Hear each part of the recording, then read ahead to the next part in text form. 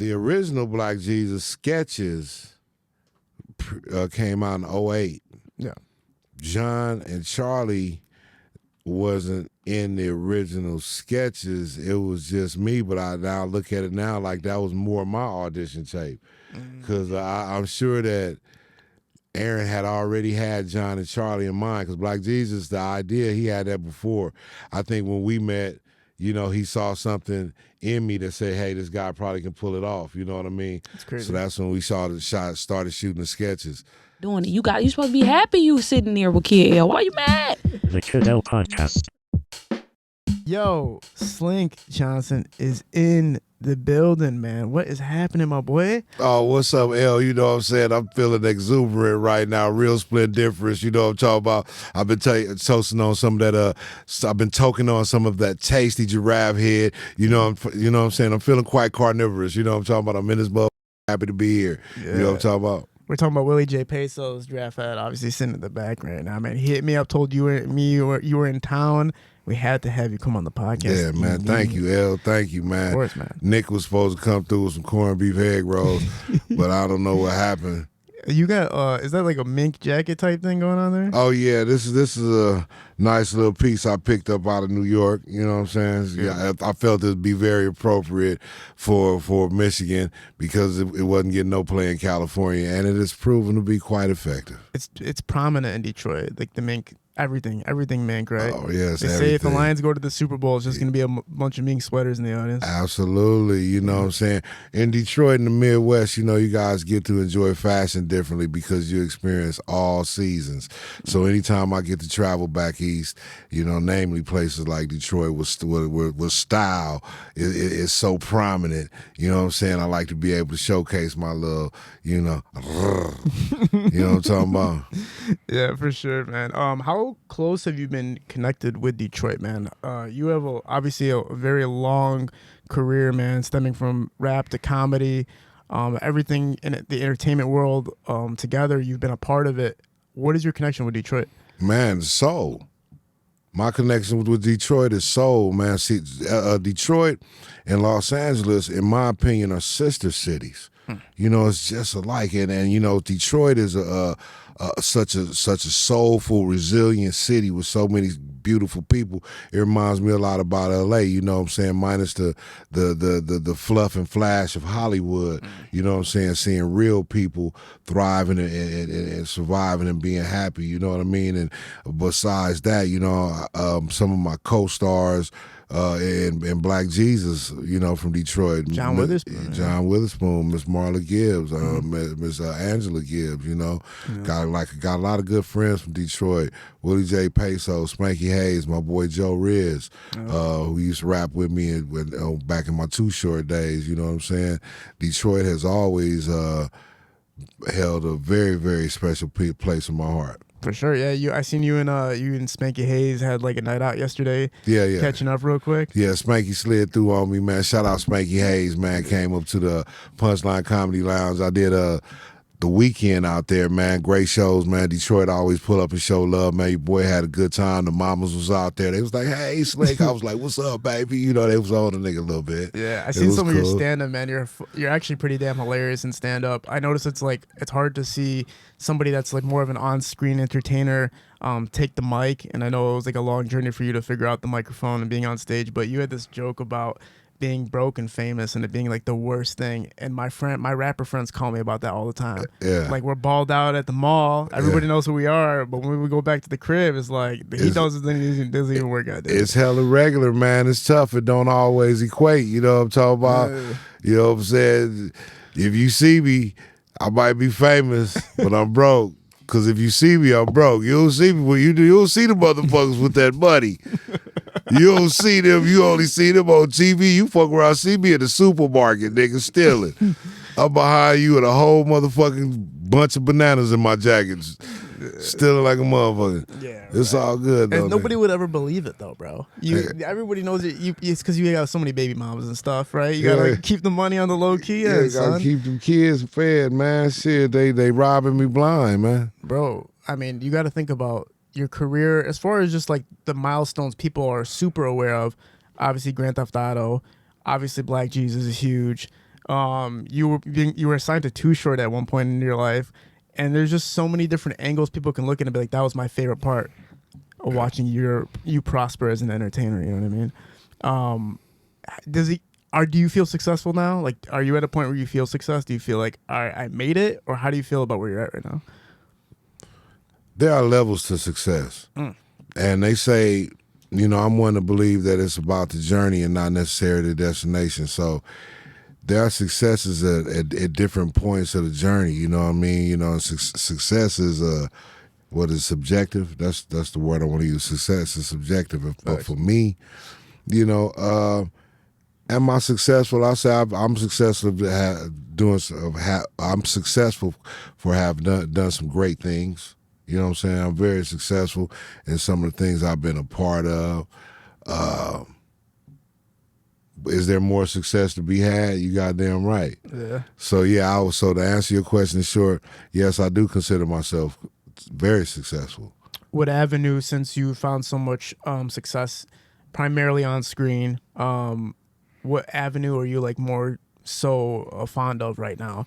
Are you looking at continuing just touring on comedy, doing comedy tours, or do you want to get back mainly on screen? Like, what's the main play right now? Well, right now my heart and my focus is on my battered baby daddy self-defense fund that I'm working on. And I just want to help guys across the world, you know what I'm saying, overcome some of these obstacles of being a undervalued baby daddy. Nah, but, I like it all. L. Stand up. I enjoy, again, that's the beauty and the grace of God. He made us like that. It's cool. I can like a bunch of shit. So I enjoy different things for different reasons. You know what I mean? Acting and film, that shit lives forever in a different kind of way. You know what I'm saying? Stand-up is cool. Stand-up is like chronicling your life at different points. Lord willing, I'm blessed with a long, long career. You're going to look at what a nigga talking about now, look at what a nigga talking about then, look at a nigga talking about in 10 years, 20 years. So, I like them both, man. I'm just going to keep on keeping on because, to be honest with you, L, I ain't got no plan. Yeah. I'm just happy to wake up every day, pimp. You know what I'm saying? I'm just happy to get up every day. I don't know what the fuck is going on, but I'm just happy to get up every day, bro. Yeah. And I'm just here, you know what I'm saying? I'm over here with Kid L, and, we ain't smoking in the studio, but that's neither here nor there. And Are you mad at me about that, bro? Nah, I ain't mad at you I feel at like all. You're upset, man. I ain't mad at you at all. I just had to point that out because I got this giraffe head. Yeah. I'm fucking with you, man. What's up, man? It's all good. I don't know. Listen, the smoking, like, some people can really handle it. You know what I'm saying? It's different for everybody, man. I'm just fucking with you, though. No, it's some all people, good. but I've seen people get so high that they literally will call an ambulance at certain points. Yeah, I've seen that too, and that's kind of scary. And for those people, I'm like, I got a friend like that. My boy, we used to smoke heavy in the early 90s, you know what I'm saying? But he had an episode that, kind of spooked him and deterred him from, smoking. And it's been years now, but I get it. I respect it. You know what I'm saying? I'm old enough to, to respect it. I talk a little shit, but I respect it, at the end of the day, because you got to do what's good for you. You know what I'm saying? Yeah. I really like the avenues that you take as far as comedy, because a lot of people, I think if they pay attention to you enough, they'll realize you're an intellectual. 1,000%. Like, it's not questionable. But when they watch Black Jesus, obviously, then people watch it at a surface level. They don't go into the deeper depths of what the message is obviously portraying. People don't want to get into the deeper message of what you were trying to, allude to people throughout the series.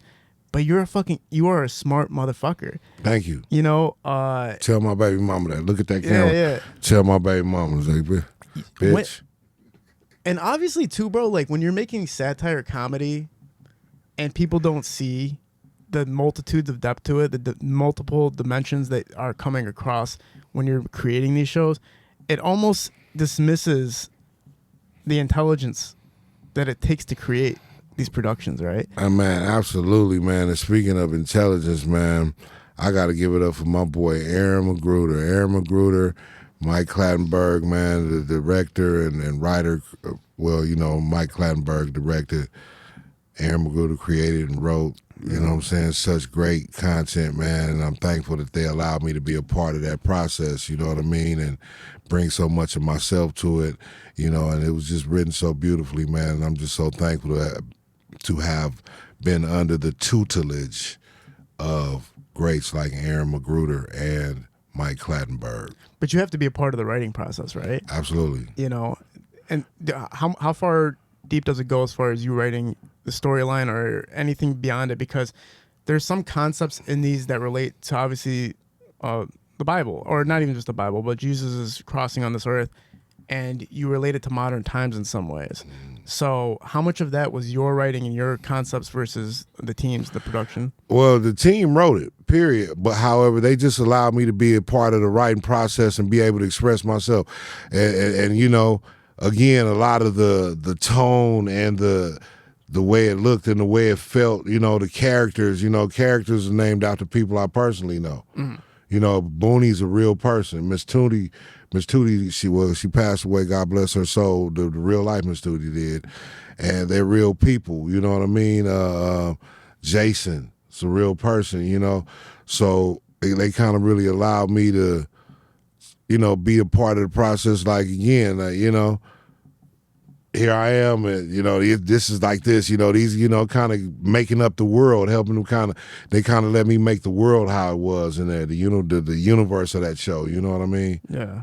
Just being there, because, you know, pulling elements from things that I was still seeing at that point in my life, you know?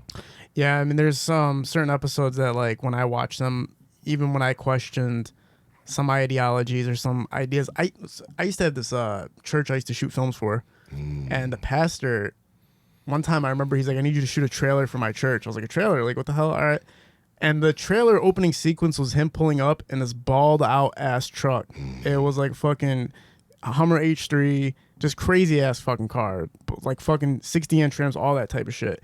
And he pulls out and he's wearing like a tuxedo, a Rolex, and all this shit. And I was like staring at him. I'm like, yo, what is the message here that we're delivering? And everybody in the church was paying tithes and shit. So I was almost like, what's like going on here? Like, where's the money going? And what kind of message are you putting out there when you're taking money from the congregation and just spilling it into your own luxuries, right?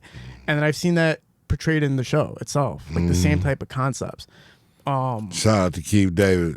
And that's like, when you take that concept, is that really it? Is that like, did you guys witness that? Did you guys see that in real life and go like, all right, we need to take this and make this a character? Absolutely, you see it every day. Yeah. Aaron Magruder's a genius. He's prophetic in his writing style. You know what I mean? Just the things that he talks about and his lens on life is just so amazing. So absolutely, you see those with these mega churches all the time. You know what I mean? It's like it happens every day. You see it all the time, and I'm not here to say or to tell what any church does with their money, but it's showing the fuck look fishy, don't it? Yeah. Like, you know, congregation poor as a motherfucker. Motherfucker can't even got to buy a box of Frosted Flakes. This motherfucker pulling up a Hummer H3s and shit. That's what I'm saying. Come on, man. You know, I looked at some of your background. I noticed it all starts with rap, right? That's where we kind of really all go back to. Yes. It starts in like, what, 93? Sometime around there is when you're starting to take rap seriously? Oh, shit, it started back in 86. Been going hard since 94. A veteran and a time. In the dark, you see my diamonds glow. Yeah. And you were Capone at first. Yes. Yeah, man. Yes, L. I was young and, you know, young and dumb and impressionable, you know, and at that time, you know, all the rappers, you know, the hip-hop emulated and loved the whole Italian mob structure family thing, and I myself fell into that. However, after a little more life living and a little more life lived, I decided to drop the Capone moniker and pick up my grandfather's last name, because I'm sure my grandfather cared for me when Al Capone didn't. Well, it was like a long timeline from you, right? Obviously, GJ Fresh is the first. Yeah, and you're trying to make it off that name, and then you move into GJ Fresh. GJ Fresh he's a kid freestyler. I was just freestyling, And you know, it's like by the time Capone came around, that's when he was like, I was turning into a barbarian, a mic monster, you know what I mean? But I was just starting off just freestyling, just a kid, you know what I'm saying? Back in '86, man, you know, in those days, motherfuckers still break dancing. I was a b-boy enjoying the elements of hip hop. I couldn't break dance much because I always been clumsy as fuck, but I could rap and I could do graffiti good as fuck. So, you know, those were some of my passions coming up. Yeah, and then eventually, I think it's like one of your cousins basically connects you with Too Short. Yep. And you guys end up just signing a deal, and you guys were just making tracks together and everything like that. Yeah, my cousin E-Baby, man. Shout out to E-Baby. Shit. He know what that mean. But E-Baby, you know, E-Baby and Too Short are actually cousins. They're cousins. E-Baby, we friends from childhood, you know what I'm saying? You know, if you came up in the ghetto or you came up in a certain area, you know, when you come up from the sand pot, you know, your families know each other. That's my cousin too. So Eric definitely is my cousin, but he and Too Short are actually biological cousins. And, you know, he knew I had been rapping and shit, but, you know, he had just been watching me. And over time, he was like, damn, you ready? You know what I'm saying? And then he took me to Short. When you look at what it took to make it as a rapper at that time, specifically, like, there wasn't a billion outlets to market yourself, right? Like, you have to get on through radio or through select TV channels or whatever, or you have to sell out your trunk and hope you can build a fan base like that. But the accessibility level from then till now has to be, like, insane to you to be able to market yourself in any damn way you want now versus back in the day when you were probably doing it out of your trunk. Absolutely, man. I'm jealous. These kids, you got it all. However, it's fucked up though because it's there and now it's saturated. It's too much. And it's a lot of great music that's not getting the proper due like it's supposed to, like my man Willie J. Peso, like the Smoke Yours crew, like my man Young L.A. I could go on all day and name dope-ass rappers that I know that you probably never heard of, you know what I'm saying? And I think that today's accessibility it's a gift and a curse. It's a double-edged sword, man. It's a lot of great music not getting the light shined on it, but hey, at the same time, it's a lot of great people who are, you know, making their way through it. But shit, I'm jealous, man. Like, God damn, this feel like they got it easy now. Like in the '90s, it wasn't that, bro. We was still hard copies. This again, hand to hand or whatever. Please play my shit. It wasn't no email a motherfucker your song. You got to go all the way out there and get that motherfucking DJ your shit yourself. Yeah, you know what I'm saying? So it's different, but you know, more power to them. I love technology. I love the internet. I love the way it's going. You know, just like anything else is gonna be used for fucked up shit as well. But you know, I like that people have that accessibility and you can do that. Yeah, it's about adapting, right? A lot of the OGs are having trouble like crossing over from, you know, those days till now where it's like all digital, right? Mm-hmm. But you have to have both elements, obviously. You still have to do, you know, walking in the streets and communicating with people and online shit. Shaking hands and kissing babies. Yeah, that's what I was talking to somebody the other night about that. You know, you can get a lot of traction on the internet. You never leave your home and get a lot of traction, but you know, if you want to stay in power, you got to shake hands and kiss babies. You got to go out and let people see it live, man. And, you know, I still believe in that. You know. We were talking a little bit earlier about, you know, just like getting away from everything, like having a house just away in the forest. Mm-hmm. Does that cross your mind from time to time, just to disappear for a little bit? Absolutely. I was just talking with old Nick about that, man. We were just talking about getting some land and shit, man. I love to have. About going back to my home state of Arkansas, you know, I don't really have any desire to live there anymore. But however, you know, when I touch a big old bag, I would love to build a compound out there. Nice, state-of-the-art, modern compound, solar-powered and shit, you know, with bowling alleys and gun ranges and swimming pool and shit, you know what I'm saying? A little badminton and pickleball courts and shit. Come on, bro. You know what I'm saying? You're not playing any goddamn pickleball. No, I'm not, but it looked nice, though. You know what I'm saying? If I wanted to play pickleball with a bitch, come over here and play pickleball. Yeah. Or she can play hide the pickle. I got the pickle. Yeah. Where the ball's at, though, man? That's Jesus Christ. I imagine that shit, too. It's like you live alone and you don't have to hear anything. You don't have to deal with but you have so much to deal with, bro. Like see, the only reason I never had kids is because I was like, my life's so sick right now. Like, why would I ruin that shit? Like by adding stuff. But it's like you did it like 10 times. Yeah, man, because, I like to nut. And, Right. if you be honest with yourself, they say don't have kids out of wedlock, but at the same time, God gave us sex to reproduce. So, it's like I'm kind of canceling it out. Like I'm not married, but I'm being prosperous. You know what I'm saying? And you go through kids, man, one day you start getting older. Like, y'all ain't old as me, man. I'm starting to see it now. I'm starting to see it on the horizon, man, where you kind of care about this shit. You want a motherfucker to care about you. You know what I'm saying? And I love my children, man. I'm glad I got them. I'd say all the time, I didn't necessarily plan on having you motherfuckers, but I was blessed. I thank you motherfuckers, you know what I'm saying? Because I love them motherfuckers, man. My kids is great, man. My 2 sons and 3 daughters and shit. My daughter's in college.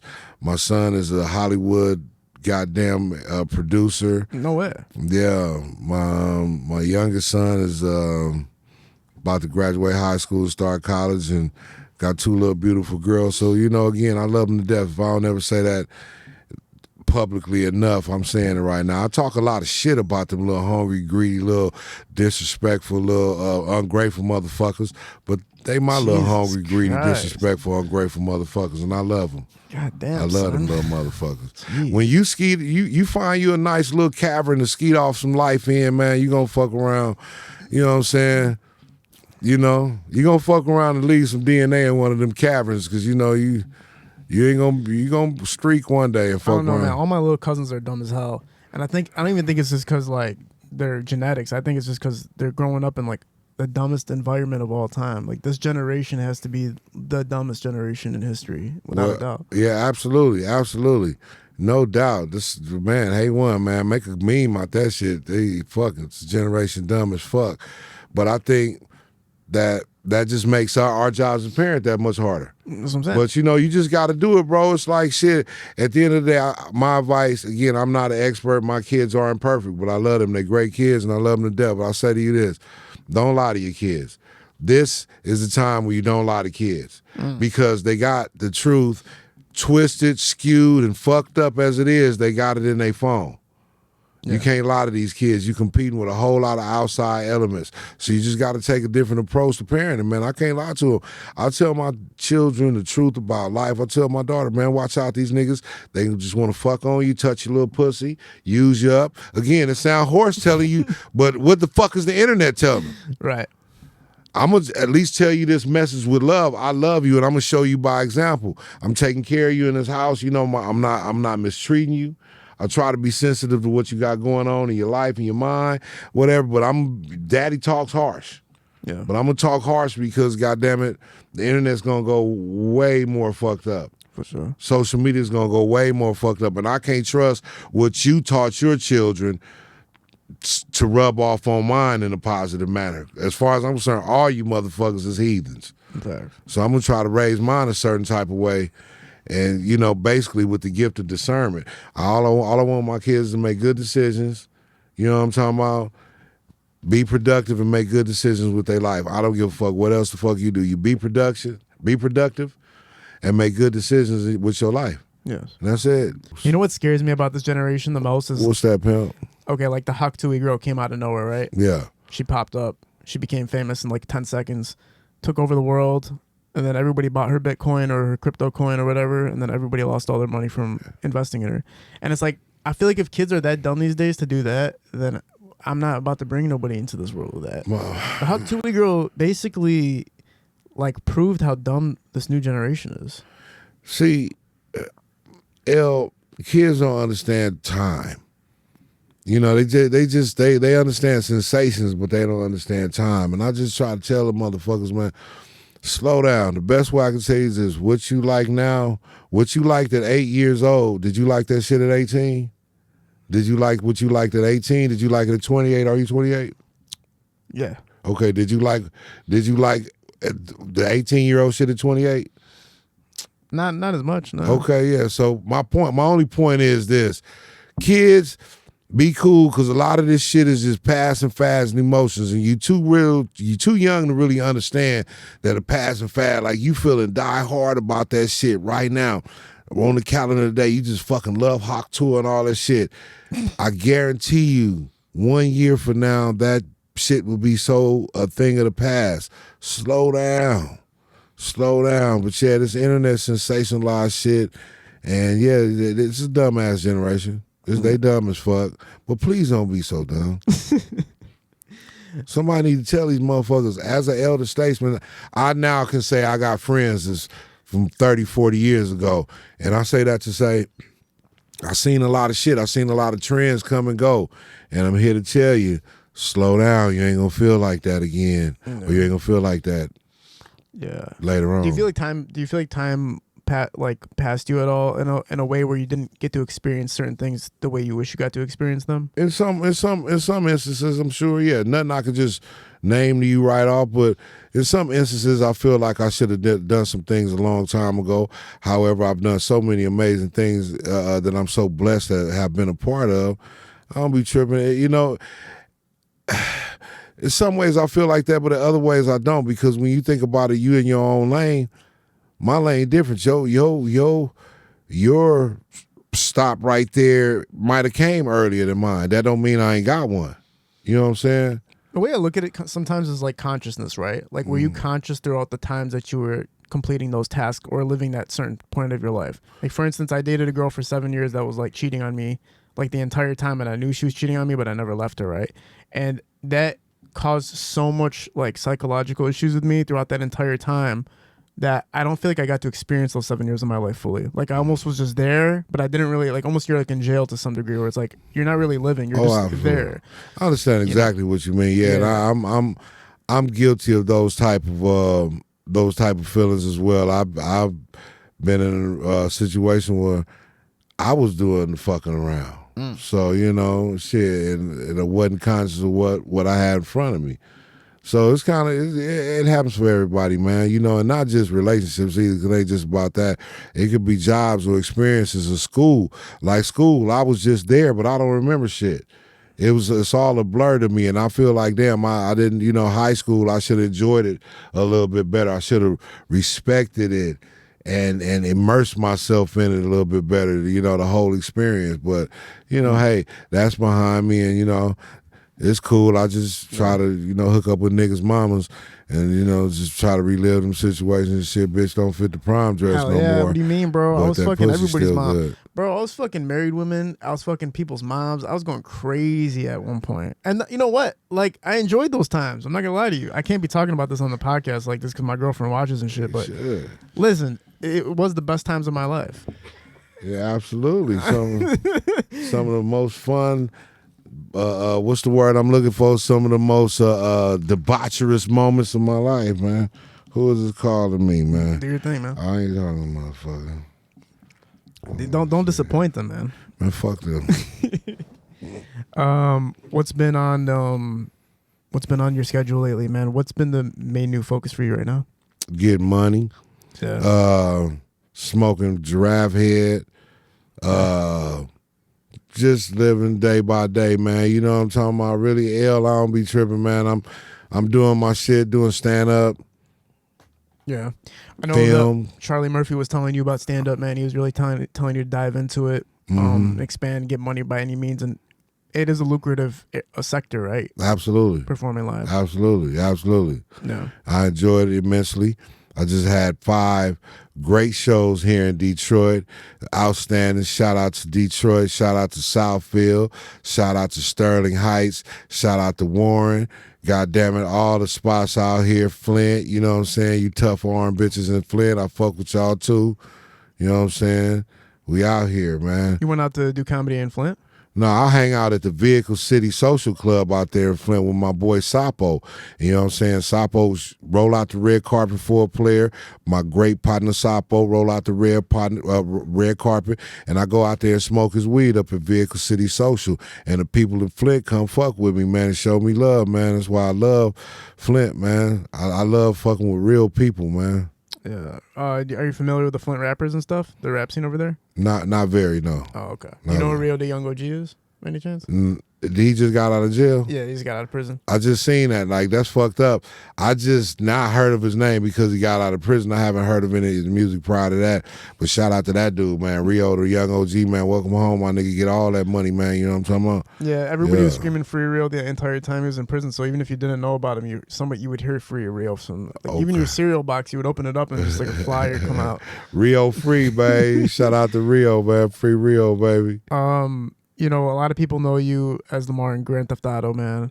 And you got to do the motion capture for it, and you got to do the whole spiel for the entire thing. Yes, sir. You know, a lot of times when people look at that, they think you're rich forever. And you already talked about it in interviews that you don't get royalties or anything off of that. But your name lives forever with the identity of literally the biggest production to ever come into entertainment ever. It's the most gross-selling entertainment piece ever, even though it's a video game, right? What is that? Does that reflect on anything now that you're in a state of like money, like thinking about money? Do you think about that now? Like, damn, I'm still stamped on the biggest fucking thing ever? Or do you go like, nah, I want fucking money from that? I mean, I enjoy being, you know, regardless of what the financial ramifications of it is and was, you know, my impact on the culture is something money you can't even quantify. Yeah. You know what I'm saying? So just having that opportunity to do that again is one of the greatest things. Would I love to be royaltied up and made rich off that motherfucker for the rest of my life? Hell yeah. However, I do understand at the same time, you know, the money's cool, but none of it lasts forever. But I'm just happy that my name will. Yeah. You know, you can give me the money though, but I'm happy my name will, you know, maybe give my great grandkids some shit to be proud of. Well, people trip out about like the girl who designed the Nike logo. She got paid like 1,000 stock like options for making the just do it symbol and everything. And everybody's like pissed off about it. Like, yeah, you should be getting royalties for the rest of your life. You should be getting paid for the rest of your life for that. But it's like you got paid to do what you got paid to do, and it doesn't always have to necessarily go beyond that, right? No, it doesn't. It doesn't. So, you know, that's just what it is. You know what I'm saying? Rockstar definitely did some great things for me. I ain't gonna shit on that, man. Rockstar hooked me up, man. Fuck all that, you know. But you know, could it have been more? Absolutely. But they definitely, you know, good people. Yeah. Now that you're in a situation where, you know, you've done everything, like we said, from having your own TV show to being in a video game to having music done and everything like that, where do you think your place holds right now as far as recognition is concerned? Do you think that you're as recognized as you deserve to be recognized right now? Or does that not even cross your mind? I don't be tripping. I understand, you know, the world is big, man, and just based on the fact that I've done so much stuff like in different lanes, different arenas. I know a lot of people know me, but not everybody. You know, again, different people will approach me about, Nick and I were talking about the Everest College parody. Yeah. I mean, people like me for different things. So it's not like I made superstar status, because I understand there's levels to everything. I appreciate where I'm at. People like me for different shit. Everybody don't know a nigga, but it's always gonna be somebody that in there that, you know me for something. And I might think, oh, you like Black Jesus? Oh, nah, man, I saw you in Space Jam. That shit was ill. Like, oh, okay, my bad. Yeah, bro, you played a security guard in Space Jam with LeBron James. Pretty crazy. Yeah, it was wild, man. Did you get to talk to LeBron? No, Damn, I never son. met Brown. He wasn't even there. I was a whole different scene. I ain't even see Brown. Bro, they cast you in Space Jam and you didn't get to meet LeBron? Like, come on, man. You got to know how Hollywood work, man. My scene was one day.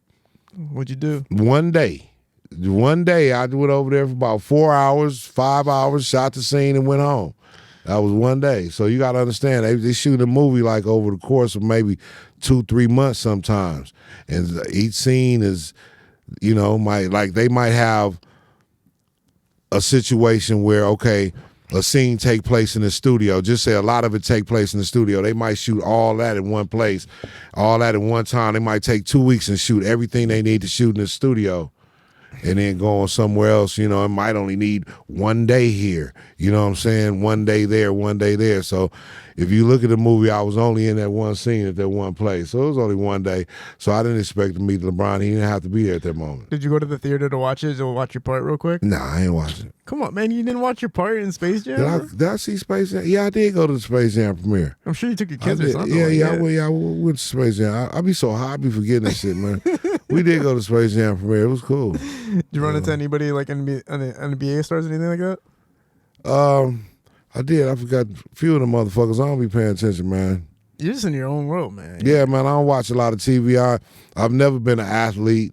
You know, I'm a real tall dude, but I ain't never really been an athlete. It took me till I was grown to figure out why I didn't like basketball, you know, because I just don't like guys pressed up on me, jumping and shit, balls rubbing up against your arm and shit. They trying to swat, block, hands up, all. Get the fuck away from me, bro.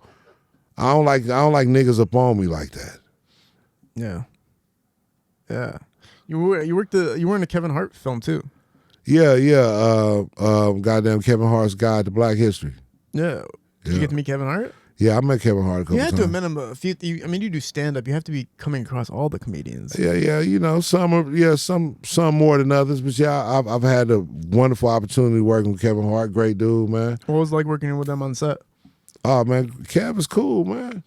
Kev was real cool, man. I appreciate it, man. You know what I'm saying? Kevin's a real busy guy. He does a lot. However, you know, I'm thankful that he kept me in mind for some of the things that you know he does. That, you know, Kevin's a good dude, man. Yeah, he helped out a lot in Detroit. Like he had like the Red Cup Boys, and he tried to get a lot of people from Detroit associated with it, which was really cool. That's a real nigga. He touches down with Detroit a lot, man. Yeah, Kevin Hart's a real nigga, man.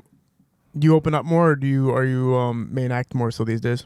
I do whatever, man. You know, I understand hierarchy and I understand different things, man. You know what I'm saying? If I'm if I'm headlining, I'm headlining. I'm cool. I don't give a fuck if I'm opening or I gotta open. And I don't give a fuck as long as I'm on the lineup. Who have you had some cool experiences opening up for some people and some people you worked with on stage? Oh, Charlie Murphy, of course. Of course, You know what I'm saying? Of course, Charlie Murphy. I work with a whole bunch of other comics, you know what I'm saying? I haven't really opened up for like any main acts other than Charlie before. I think just did some shit with Chris Spencer that was cool. We was out there in Marietta. You and Charlie's first time meeting was on the set of Black Jesus? Yep. Who casted him? Aaron Magruder. Aaron had already had a relationship with Charlie. You know, Charlie had been on the Boondocks. Charlie was a character on the Boondocks for years, and whatever other projects they had been working on already. So, you know, Aaron and Charlie were already cracking. I was a new nigga. You had one episode too in the Boondocks too. Yep. You were Lando. Yep, season 3, episode 10, pimp. Yeah. So you guys were already kind of somehow crossing with John Witherspoon and these people together before you even got together on Black Jesus. So you know, honestly, no, I didn't meet those guys until I started to work with them on Black Jesus. You know, I was, you know, again, in the same circle. I had to make my way around to that part of the circle, though. You know what I mean? It was dope. You know, like when we doing that animation shit, man, I was in there by myself, bro. Well, what kind of was it? Just a random ass studio? It's like, yo, just get up on this mic, or was it like an actual official? Yeah, it was an official sound studio where they do they shit at. Okay. But just like anything else, just like I was telling you about me shooting the movie and LeBron out there, they're not there when they don't need you. And you know, doing animation is different. You're not always in the room with everybody, you know what I'm saying, reading the lines together, going over the lines together. It's my lines and the director and producers on the other side of the glass, and they're reading the other lines. And this is my okay, we'll read you in, and then you say your line, and you put the correct inflections on the line or whatever, and then you move on to the next one. So I say that to say I didn't actually meet or see John or Charlie until we started, you know, pre-production for Black Jesus. And the crazy thing is, it's literally the first like scenes. Right away you see John. I think like John appears within like 30 seconds of the first episode, right? When I watched the first episode, all I thought to myself is this production value is incredible. Because normally you see like a pilot episode and it's a little janky or whatever, a little dry, but this was like sharp and on point. It has to be because you guys already had previous history, it being in a mix-up 7 years of it beforehand, right? Yeah. See, the original Black Jesus sketches came out in '08. Yeah. John and Charlie wasn't in the original sketches. It was just me, but I now look at it now like that was more my audition tape, because I'm sure that Aaron had already had John and Charlie in mind, because Black Jesus, the idea, he had that before. I think when we met, he saw something in me that said, hey, this guy probably can pull it off. You know what I mean? That's crazy. So that's when we started shooting the sketches. So it wasn't until we shot the pilot that I started working with John and Charlie together on set. And the pilot the pilot is different than the first episode that you see. So the pilot it's not like on the Amazon playlist as the #1 episode. What you saw, the pilot, the episode 1 was a remake of the pilot. We had a couple variations in casting, and but yeah. Was there anybody that people didn't like that was not in the pilot that had like a big role that got taken away? DeAndre Bonds. Oh shit. From Snowfall played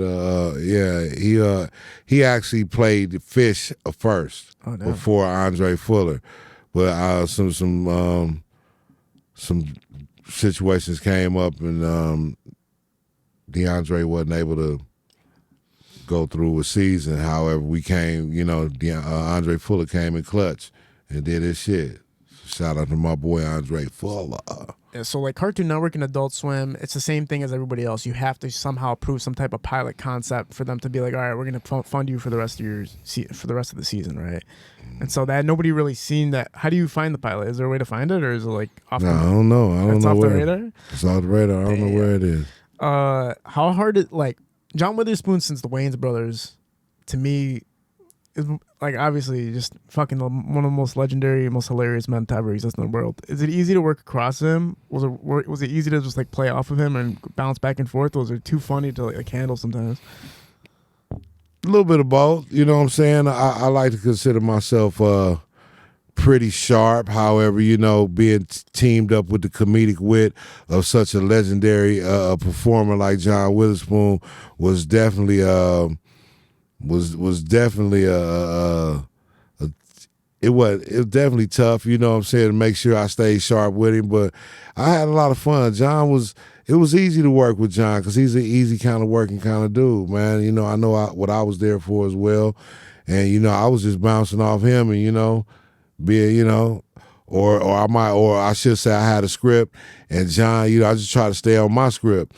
And, John, Corey, Charlie, all those guys do the thing, do they thing, you know what I'm saying? They always given the freedom to do their thing. I just had to make sure I kept my lines together. That's what I want to say. Yeah, I just had to make sure I stayed on top of my lines, because, it would have been a lot of moments where, you busted out laughing and shit, because these motherfuckers, you ain't even see the blooper reel. The blooper reel probably fucking idiotic, man. We had so much fun. Did John ever break character? Yeah. He had a few moments. We having fun, you know what I'm saying? A couple moments. Absolutely. We all did. It was just that funny. We all kind of somebody that blooper reel gonna show you everybody laughing at some point, breaking character. Absolutely. Yeah, I know in Saturday Night Live, like the 80s and the 90s, they would actually purposely try to give such a performance that they broke, their counterparts character. That's funny shit. Yeah, that's good shit. Yeah. But that's kind of crazy almost, right? Yeah. That's why you shoot with two cameras that cross coverage. Nobody sees you when you're going crazy. When it came to an end, I seen some interview where you basically didn't know it was going to come to an end, right? Like you didn't know that season 3 was going to be the last season. And if you look at the Reddit comments and all the comments, it's like there's petitions up to get the show back. Like people are going nuts to get the show back. Even to this day, every interview you do, people go like, "Where the hell is the show?" I want it too, man. God damn. Where's the check at? Is that all it is? Is it just the money? Is it money issues? Like somebody's got to pay you the right amount of cash? Nah, I have nothing to do with that part of it. You know what I'm saying? That's something with Aaron and Adult Swim, and I don't know whoever owns the intellectual property. I was just having fun, and Damn. shit, I hope they do bring it back. It ain't me though. God damn it ain't me. The comedy world's insane right now. We in Detroit, Mike Epps opened up a comedy club called One Mic. Yeah. And you got the Punchline, you got Trixie's, you got Comedy Castle, Mike's, Mark Ridley's. When you're seeing this circuit around here, does it reminisce anything that you guys got going on in LA? I know you guys got the Comedy Store, and you guys have your own circuit in LA. Yeah. Do you see any type of connection or some type of circuit comparison that you could compare Detroit and LA when it comes to that? No, I really can't. I haven't done the other clubs. I just Punchline. I've only done Punchline here. Oh, okay. Punchline Show Me Love. Shout out to Ty, Dre, all the good guys over there at Punchline. They bring me out all the time. Again, I hope I'll do One Mic soon. Maybe I'll see Mike and tell that nigga to book me. They have to know you, didn't you? You had like a chance to work with Ice Cube before, right? Yeah, we did Ride Along promo. That's when I met Cube and Kevin Hart on set. That's crazy. Yeah, that was dope. You auditioned for Ice Cube too, for a role before. Oh, did I? Yeah. For you and Charlamagne the God. Oh yeah. That was what was it called? The Life. Yep. You've known all these cats for a long ass time, man. I've been on their radar some way or the other. Might be a small blip, but I'm on the radars for them. Like DJ Pooh, yeah, I forgot about that. Yeah, we did do that shit. We did the table read for The Life, and it was dope, man. DJ Pooh always been cool. DJ Pooh is a good brother. He keep me in mind. It might not be everything, but it's like when Pooh fit me in something, it hit so hard. Like Pooh was behind me getting into GTA 5. Right. So, when Pooh fit a nigga in there, it hit hard, What's it mean to have somebody like that in your corner? Because in I'm not going to say in Detroit, because I think it's a music industry thing that just happens where it's hard to find support sometimes. It's hard to have somebody that wants to push you forward, and even if it makes them go into the shadows for a minute, they want to see you shine. What's it like to have people like that in your corner and want to see you aspire? Man, it's an ultimate blessing. It's wonderful to be favored, you know what I'm saying? And I'm thankful to have good relationships with people and, be favored by people or enough where they'll at least listen to you or you know what I mean? And I'm very thankful for that, man. Working with cats like Pooh, Aaron Magruder, John Witherspoon, Charlie Murphy, goddamn it, Cal Maddock, goddamn it, just a whole bunch of great people, man. You're working on another animated series right now, right? Yes. Can you talk about that? Not much. What do you mean not much? Not much. You can't say anything about it? Can't say too much. Got an animated series, man, with a real, I think I could say it's coming to BET Plus. No way. Yeah. Damn, my boy's gonna be fucking back on the stations. Yeah, man. And I'm really excited about this one, man. I don't want to fumble this one, but I'm really excited, man. I'm working with one of the figuratively biggest comics in the game. I'll say that. So just being on the radar with that. Last couple things I wanted to talk to you about. I know you're a busy motherfucker, man. I know you got a flight. You got to get out of here. And then motherfucking Nick ain't bought the goddamn corned beef egg rolls yet. Yeah, well, they're gonna come in a minute. Motherfucking Nick. Man. When we're talking about pilots and we're talking about auditions and everything like that, you have a successful TV show. You do 3 seasons. Success, no matter what way you want to look at it. It's a cult following, everything, right? How many pitches did you get after that? I got a few. You get pitches, and I got a few, man. It's like you get pitches all the time, man. The motherfuckers don't always come to fruition, though. You know what I'm saying? As you can see, but it's cool. I had a couple pitches. A couple stuff I was like real excited about, but it didn't quite make it to where to fruition or even beginning to fruit. But is there anything you can break down for us? Just like one pitch that you got that you were looking forward to?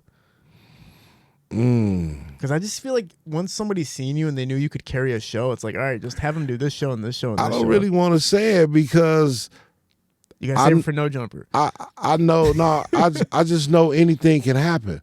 Like again, Black Jesus took years. If I had, I didn't much think about it. It took 6-8 years for this shit to get to TV. So again, because I'm not thinking about it too much. Like different people, I got this one show, this dope show that was written for me.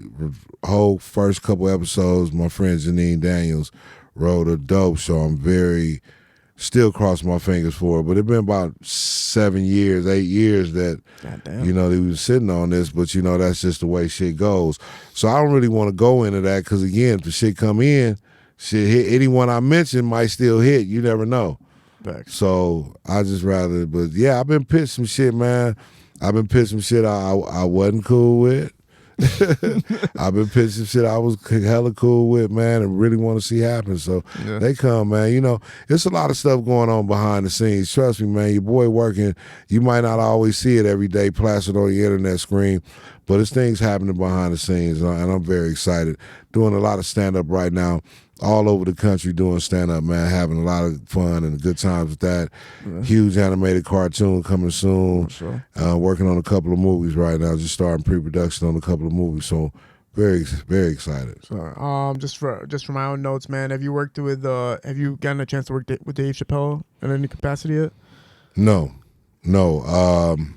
I met Dave a couple occasions, but no, I haven't worked with him yet. I was very happy when I met Dave, too. The first time I met him, I'm like, hey, how you doing, Dave? My name is Slink Johnson. He said, Black Jesus. What's up, Black Jesus? You know, but Nick, I mean, I don't expect, the thing about me, man, is I don't expect everybody to know me. I don't fucking expect it. I don't give a fuck. I don't expect everybody to know me. So I don't like leading like that because you get your feelings hurt when you leading like that and the motherfucker don't know you. Motherfucker might even really know you and act like he don't just because you leading with that shit. So I don't like doing that shit. I don't know. It keep me from getting my feelings hurt, keep me grounded. You know what I'm saying? I like to introduce myself first. Hey, I'm Slink Johnson. You know what I'm saying? If you know, you know. But he knew you right away. Yeah. It wasn't even he was like a fan. Did he seem like he was like a fan of the show and everything like that? I don't know if he was a fan of the show, but you know, he's a professional comic and, you know, TV producer. So, you know, I'm sure he keeps everything on his radar. Yeah. You know what I'm saying? So, but he definitely he gave me a warm smile. Black Jesus, what's up? You know what I'm saying? Of course. Think about it too, because Charlie Murphy's in it too as well. It's absolutely. It's one of the biggest shows on the network. And that's his partner. So yeah, of course he gonna know. Yeah, absolutely. Of course he gonna know. God bless Charlie Murphy's soul, man. Chappelle Show was probably the greatest sketch comedy series in the history of time. Man, well, what I would have done to been part of that, man. That shit was dope as fuck. Yeah. I was just watching the gambling episode, the World Series of Dice yesterday. Yeah, bro, these guys were on a different planet. Like you can't even make comedy like that in this day and age. That shit was live. What was it like when you watched Chappelle's Show for the first time? It was it felt like part of me, man. The comedy style was so burnt and intelligent and burnt at the same time. And that's the type of shit I love, man. You know, just intelligent, burnt comedy. You know, you throw some shit in there, a couple words in there, and make a motherfucker think. And it's not just the vernacular or the vocab, but just the situation and the way that the people in the sketch or the piece or the story are going about, you know, their journey through this story, you know, that make it funny and make it intelligent and burnt. I love that intelligent burnt shit. What's that mean, the burnt? Burnt out. Like, this motherfucker burnt out, man. You know, he's intelligent, but these motherfuckers is burnt. Like, you know what I'm saying? Burnt out being a good thing, like fried, man. These fried-ass comedy, man. These motherfuckers is crazy as fuck. Did you see that? You know, type shit. Yeah, it was insane. It was literally insane. Yo, man, I really appreciate you pulling up on us and doing this talk, man. I know there's so much more we could uncover, but I know you're a busy man. I know you got a flight to catch. I got to get the fuck out of here because ain't no corned beef egg rolls. I ain't this motherfucker. I'm working on it. I know. I'm fucking with you about the corned beef egg rolls. No, it's on the way. We already ordered that shit. I'm fucking with you, man. I've just got to give you shit, guys. You don't even look like you eat Chinese food. That's the crazy part. Oh man, I eat food. I love food. I'm a food eater. Now, what I don't really care for fucking chitlins and shit like that, but I love most of my soul food. I I can't really say I ate a whole lot of exotic meat. I don't really fuck with no frog legs and no shit like that. I had gator meat before, but I ain't had no fucking. I think I had some buffalo meat. Some That's shit. not exotic, bro. You can get that at Fuddruckers. Fuddruckers. Ain't no Fuddruckers in my neighborhood. Fuddruckers is right here, just like 2 miles down, man. Well, I thought you were gonna say pig feet or something. That's the It's thing. like who? Pig feet. What's that? Pig feet. I don't eat none of that shit neither. Yeah. Fucking pig feet. Yeah. Fuck all that. I eat food, man. I just, don't really want to step outside the realm of certain things. Fuck with coney dogs? Yeah, man. Fuck with coney dogs, man. Good ass chili cheese coney dog. Yeah, hell yeah. Yeah, man. Listen, Slink, man. Again, appreciate you being a part of this, man. Everybody knows, you're stamped in the game forever. For from the music to the TV show to being in the biggest video game in the history of mankind, and it probably still will be even after Grand Theft Auto 6 comes out. You know what I'm saying? Like, I personally think Grand Theft Auto 5 is still gonna have more sales than Grand Theft Auto 6 does, just for whatever reasons. But you're gonna be a part of the biggest game in the history of mankind forever. Thank you. And Right you're, on. You're locked in for that. But also for the fact that, again, you created a show that took a lot of risk, but it made everybody who wants to be an entertainer want to be an entertainer even more after seeing it. Even me, when I watched the show, I was like, I've always wanted to be in acting. I've always wanted to be in films. And I always wanted to do this stuff. And watching that, I wanted to do it even more. Because watching the timeline of it, how long you guys had been working on it, the progression of it, how you developed the character, and what it became is one of the most inspirational stories that could ever be told. Right on. Is anybody want to shout out before we sign off? I just want to shout out my man Willie J. Peso Willie J. Peso. and that giraffe head, baby. Get you a bar, man. Much love, Detroit. Kid L, motherfucking Nick with the negligent egg rolls. God damn it. And shit, I'm just here, man. Thank y'all for having me, man. It's always a blessing. And we're going to make sure we going to blow this shit up so we can get a nice ventilation system. So next time, I'm going to smoke my weed For sure. with the door closed. We're at Parallel Sound Studio, Hella Visual Shootings Productions. We're out. Peace.